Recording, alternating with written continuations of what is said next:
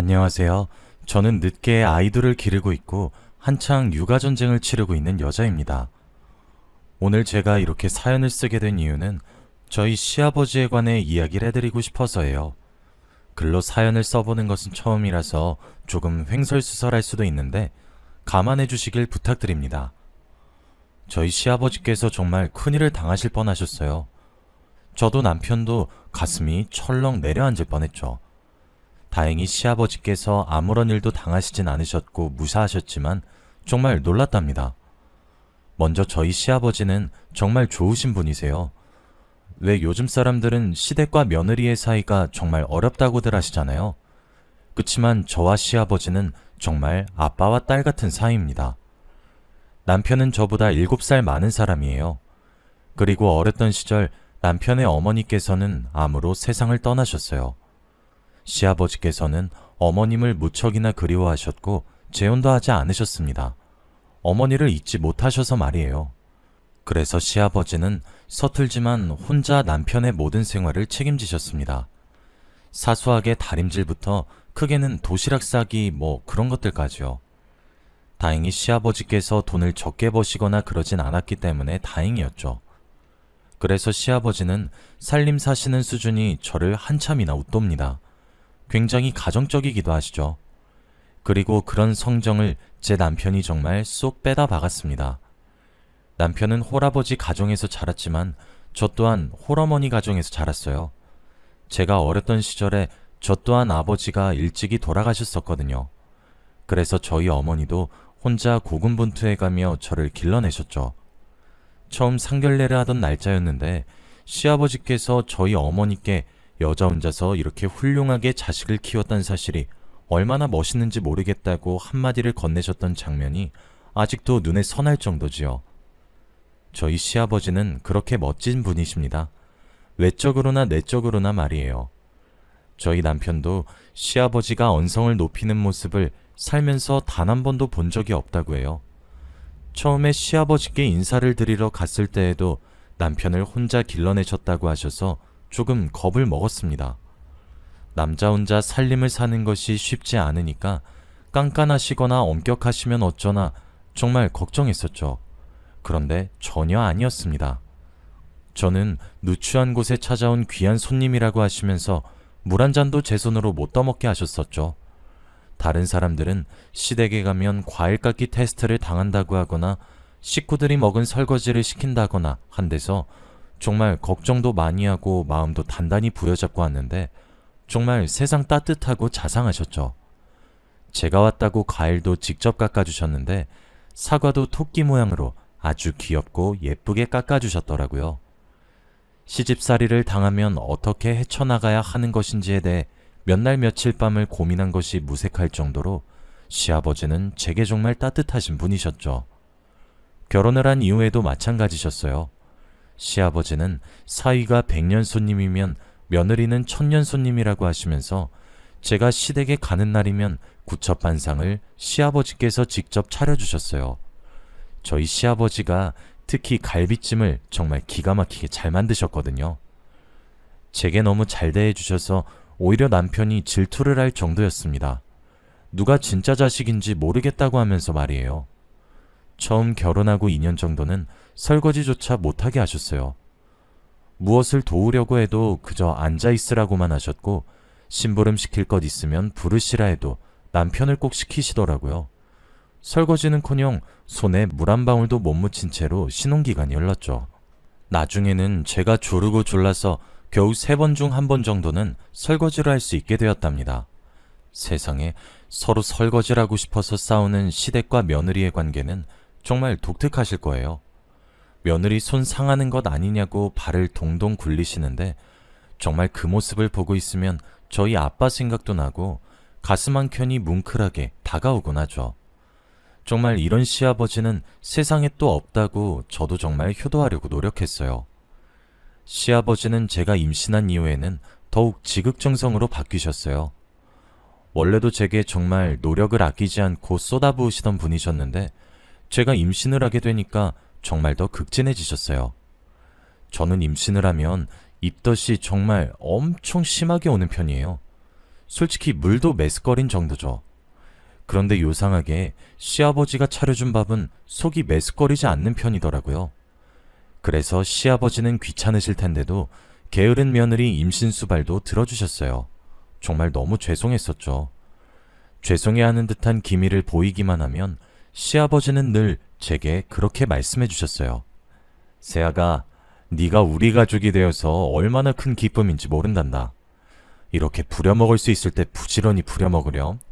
나는 이렇게 하는 거 정말 하나도 안 피곤하다. 라고요. 그 말이 얼마나 감동이었는지 아직도 토시 하나 틀리지 않고 기억하고 있어요. 그 이후 둘째 아이를 임신했을 때도 시아버지가 여전히 저를 많이 도와주셨습니다. 오죽하면 저희 친정 엄마께서 시아버지 보고 엄마가 해줄 일을 다 해주신다며 너무 고맙고 죄송하고 감사하다고 말할 정도였어요. 그래서 저는 정말 시아버지에게 행복한 일만 일어났으면 좋겠다고 항상 바라고 있었죠. 그렇게 둘째 아이의 신생아 시절을 한창 보내면서 전쟁을 치르던 도중이었습니다. 근래에 들어 시아버지가 도통 보이질 않는 것 같았죠. 제가 갓난쟁이에게 너무 치여 살다 보니까 눈치를 늦게 챈 것이었어요. 원래 첫째 때도 그랬듯이 하루가 멀다 하고 저희 집을 찾아오고 그러셨어야 하거든요. 혹시 불편할까봐 미리 말씀드리자면 저는 시아버지가 매일 오셔도 환영하는 입장이었습니다. 그런데 처음엔 자주 오셔서 저희 아이도 보고 저도 보고 하시던 시아버지께서 점차 이틀에 한 번, 사흘에 한 번 이런 식으로 점점 뜸해지시더니 어느새 일주일에 2번 정도 오면 자주 오시는 걸로 되어버렸더라고요. 그래서 시아버지가 집에 놀러 오셨을 때 남편이 잠깐 자리를 비운 사이에 시아버지께 여쭤봤어요. 아버님, 혹시 요즘 연애하시는 거세요? 하면서요. 그런데 아니 웬걸? 시아버지께서 얼굴이 홍당무처럼 빨개지시더니 눈도 못 마주치시고 헛기침을 큼큼 하면서 남편한테는 비밀로 해달라고 하시는 것이 아니겠어요? 저는 어머 대박! 아버님 축하드려요! 하면서 혼자 막 좋아했었죠. 아버님은 다 늙어 빠진 나이에 이제 여자 만나겠다고 하는데 다 늙어서 주책 맞지? 하시면서 의기소침하게 말씀을 하시는 거예요. 저는 아니 아버님 당치도 않아요. 사랑의 국경이 어디 있고 나이가 어디 있어요. 그리고 우리 남편도 아버님 사랑 응원할 거예요. 저번에 아버님 혼자 사시는 거 너무 외로울 것 같지 않냐고 제가 넌지시 물어본 적 있는데 남편도 아버님이 좋은 여사님 만나서 노년 행복하게 보내시면 좋겠다고 저한테 살짝 얘기한 적이 있거든요. 아버님 축하드려요. 너무너무 잘 된 것 같아요. 하며 시아버지의 마음을 안심시켜 주었죠. 시아버지는 제 말에 안심했는지 활짝 웃으셨고 시일 내로 아들에게도 말을 하겠다 하셨죠. 저도 그 말에 나중에 기회되면 소개를 꼭 시켜달라고 했더니 시아버지는 제 손을 꼭 잡으며 이런 제가 며느리여서 너무 고맙고 또 고맙다고 하시더라고요. 그렇게 시아버지와 저만의 은밀한 비밀 공유를 한 지 몇 달 후가 지났습니다. 저와 남편은 시아버지와 만남을 가지고 있는 분을 소개받았고 함께 식사 자리를 가지게 되었어요. 그 여사님께서는 저희 시아버지와 달리 밑에 딸린 자식 하나 없이 계속 혼자 살아왔고 그러던 도중 저희 시아버지를 만났다고 했습니다. 시아버지보다 8살 정도 어린 여사님이셨어요. 곱게 화장을 하고 단정하고 기품있게 차려입은 모습이 참 우아하단 느낌이 물씬 들었지만 왠지 모르게 불쾌한 느낌을 폴폴 풍기는 것 같았어요. 여자의 육감이란 말이 괜히 있는 것이 아니잖아요. 뭔가 쎄한 느낌이 들었고 정이 안 가더라고요. 제게 분명 화사하게 웃어주고 친절하고 다정하게 말씀을 하시는데 말이에요. 살림을 합치고 살 거라는 이야기를 시아버지께서는 담담하게 저희 부부에게 하셨고 저와 남편은 축하한다는 인사를 건네었죠. 사실 그때 남편의 표정도 살짝 굳어 있었다 하더군요. 저는 제 생각에 빠져서 남편의 표정까지는 신경을 쓰지 못하고 있었거든요. 집에 도착하고 난 뒤에도 남편은 한참 동안이나 무건수행을 하셨죠. 뭔가 낌새가 이상해서 남편을 추궁해보니 남편이 그러더라고요. 그게 돌아가신 우리 엄마랑 정말 많이 닮았어. 마치 엄마가 나이가 들면 딱 저런 얼굴이 될 것처럼 말이야. 저는 시아버지가 왜 여사님께 반했는지 그 이야기를 듣고 바로 알게 되었죠. 시어머니를 너무 사랑해서 재혼조차 하지 않으셨던 분이셨으니까요. 사실 며느리 된 도리로서는 시아버지의 새 출발을 응원해야 하는 것이 맞는 일이고 저라도 시아버지 편을 들어야 하는 것이 맞는 일인데 도저히 그럴 마음이 생기지 않았어요. 그냥 여사님이 엄한 시아버지를 건드리는 것만 같아서 너무 별로였죠. 아니, 싫다는 감정에 더욱 가까웠던 것 같습니다. 그리고 티를 내지 않으려고 노력하였지만 저를 잘 알고 있으신 분이 시아버지셨기에 어쩔 수 없이 이런 제 마음이 티가 나게 되었고 시아버지는 제게 정말 많이 서운해하셨습니다. 남편도 제게 서운해하는 눈치였어요. 그런데 저도 정말 응원하고 싶은데 영 정이 안 가는 것을 어떻게 해야 할지 모르겠더라고요. 그래서 그 이후부터는 뭔가 제가 시아버지께 집착 아닌 집착을 하기 시작했던 것 같습니다.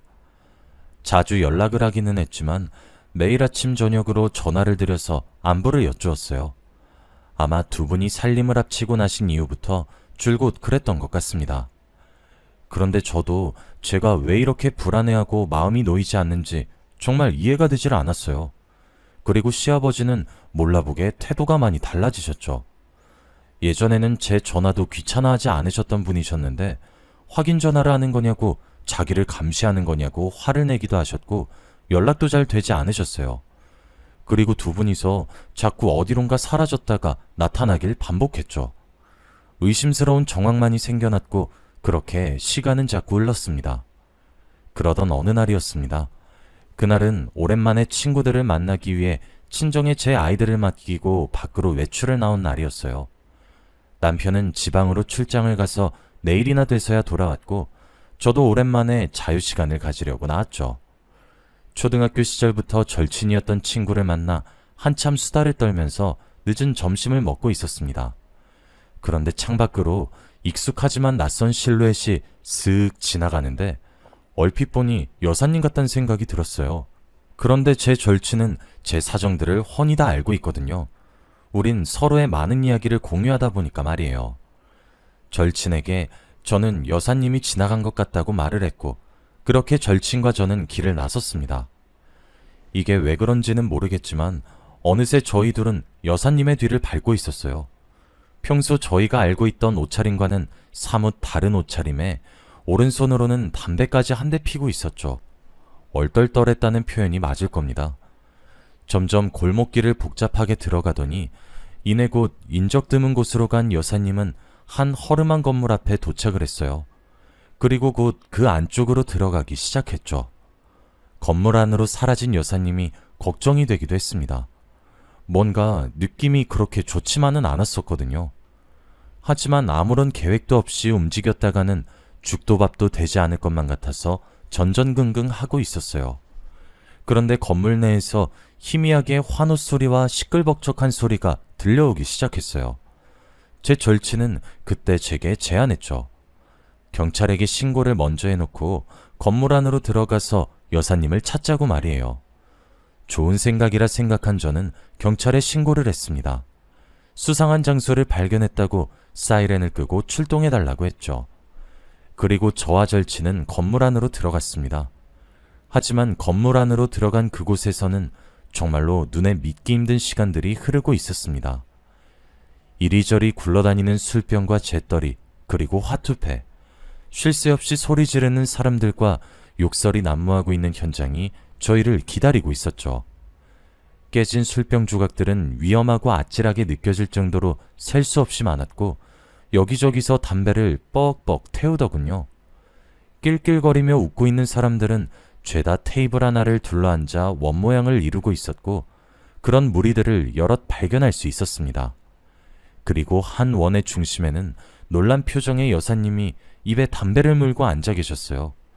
저와 눈을 마주친 여사님은 놀라서 벌떡 일어나더군요. 그때까지도 저는 상황 파악이 되지 않고 있었습니다. 이렇게 허름한 곳에서 왜 화투가 돌아다니는 거지? 저 돈들은 대체 다 뭐야? 하면서 생각에 빠졌죠. 저뿐만 아니라 제 절친도 함께 말이에요. 그렇게 저희의 의문은 한창 깊어졌습니다. 여사님은 저를 발견하고 얼굴색을 바꾸며 여기 왜 왔냐고 소리를 지르면서 옆에 서 있는 경비대원 같은 분을 호출했고 저희를 끌어내라고 명령을 내렸습니다. 저희는 깜짝 놀랐고 왜 이러냐고 소리를 지르면서 발악하던 바로 그 순간이었어요. 경찰의 등장과 함께 건물은 굉장히 요란스러워졌습니다. 경찰은 모든 촬영을 하기 시작했습니다. 많은 사람들이 경찰관님들의 낌새를 알아차리고 도망을 치려고 했으나 경찰관님들이 한 발 더 재빨랐어요. 도주로를 빠르게 진압하신 덕에 무리들을 진압할 수 있었습니다. 그리고 저는 신고자의 신분으로 경찰서에 갔어요. 저와 여사님의 소식을 들은 남편과 시아버지도 속속들이 경찰서에 도착하셨죠. 이게 무슨 일이냐고 뛰쳐들어온 시아버지는 저를 매섭게 노려보셨어요. 저번부터 왜 자꾸 이러는 거냐고, 자기가 베푼 사랑이 얼만데 이걸 이렇게 갚는 것이냐고 하시면서 말이에요. 제가 뭐라 대꾸하기도 전에 경찰관님께서 끼어드셨죠. 박정숙 씨, 지금 사기 전과 산범의 불법 도박 혐의로 징역까지 사셨는데 또 하셨어요? 라고 말이에요. 저와 남편, 시아버지는 입을 떡하니 한참을 벌리고 있었습니다. 무슨 소리냐고 저는 흥분한 채로 물었고 사건의 전말은 이러하였습니다. 저희 시아버지는 조금 유명한 현금 부자이십니다. 일을 하고 있는 걸로 본인 생활비나 그런 것들을 충당하고 나머지 현금은 따로 통장에 묶어두거나 하시거든요. 젊었던 시절 주식 투자로 크게 잃어봐서 투자는 부동산 말고 하지 않으시죠. 그런데 이게 시아버지가 다니고 계시던 부동산 쪽에서 이야기를 흘려듣게 되었나 보더라고요. 몇 년 전 시아버지가 투기하셨던 땅값이 크게 오르면서 차익을 정말 억 단위로 맛보신 적이 있으시거든요. 그리고 이 돈을 여사님이 노리고 접근하셨다고 합니다. 처음엔 아무리 접근을 하려고 해도 시아버지께서 눈 하나 꼼짝도 하지 않으셨다고 해요. 그러다 결국 시아버지의 뒷조사까지 하게 되었는데 그때 남편의 어머니이자 시아버지의 아내이신 시어머니의 사진을 어떻게 입수를 하게 되었고 여사님께서는 큰돈을 들여서 전신성형을 하고 나타난 것이었습니다. 시아버지는 시간이 오래 흘렀지만 그래도 젊었던 시절의 아내의 모습과 비슷한 사람의 모습을 보게 되니 자연스럽게 마음의 빗장을 풀고 무르르듯 호감을 가지게 된 것이었고 그렇게 두 사람은 자연스럽게 관계가 발전된 것이었던 거죠. 그리고 여사님은 저희 시아버지와 살림을 합치고 난 이후 시아버지의 재산을 야금야금 빼돌리고 도망을 치려고 하던 계획을 짜고 있던 중이었고 실제로 조금씩 빼돌린 재산을 현금화시켜서 그 돈으로 불법 도박장을 전전하고 있었던 것이었습니다. 저희 앞에서는 우아한 백조 마냥 술이 뭔가요? 담배가 뭔가요? 하면서 내숭이란 내숭은 다 부리면서 조신한 척이란 척은 다 해놓고 뒤에서 이렇게 호박씨를 까고 있었던 것이었던 거죠. 알고 보니 이름도 나이도 전부 거짓으로 조작해놓고 시아버지를 속여 모든 재산을 빼돌리려고 작당을 했던 거였어요. 제가 우연한 기회로 여사님의 뒤를 밟지 않았으면 저희 시아버지는 정말 눈 뜨인 채로 코가 베일 뻔했던 거였죠. 여사님은 당연히 불법 도박의 혐의로 경찰의 구속수사를 받게 되셨고 시아버지는 큰 마음의 상처를 얻으셨죠. 몇 개월간은 저희도 만나려 하지 않을 정도로 혼자 계시려고만 하시더니 그 기간이 지난 후 하루는 말도 없이 저를 찾아오셨더라고요. 그러면서 제게 고맙다고 손을 꼭 잡으며 말씀을 하셨죠. 제 덕에 재산도 지킬 수 있었다고 인사가 너무 늦었다고 하시면서 말이에요. 솔직히 사람 하나 바보 만들면서 속이자고 그렇게 작정하고 덤벼드는데 아무리 시아버지가 현명하신 분이라고 하더라도 그 공작에 어떻게 안 넘어가겠습니까?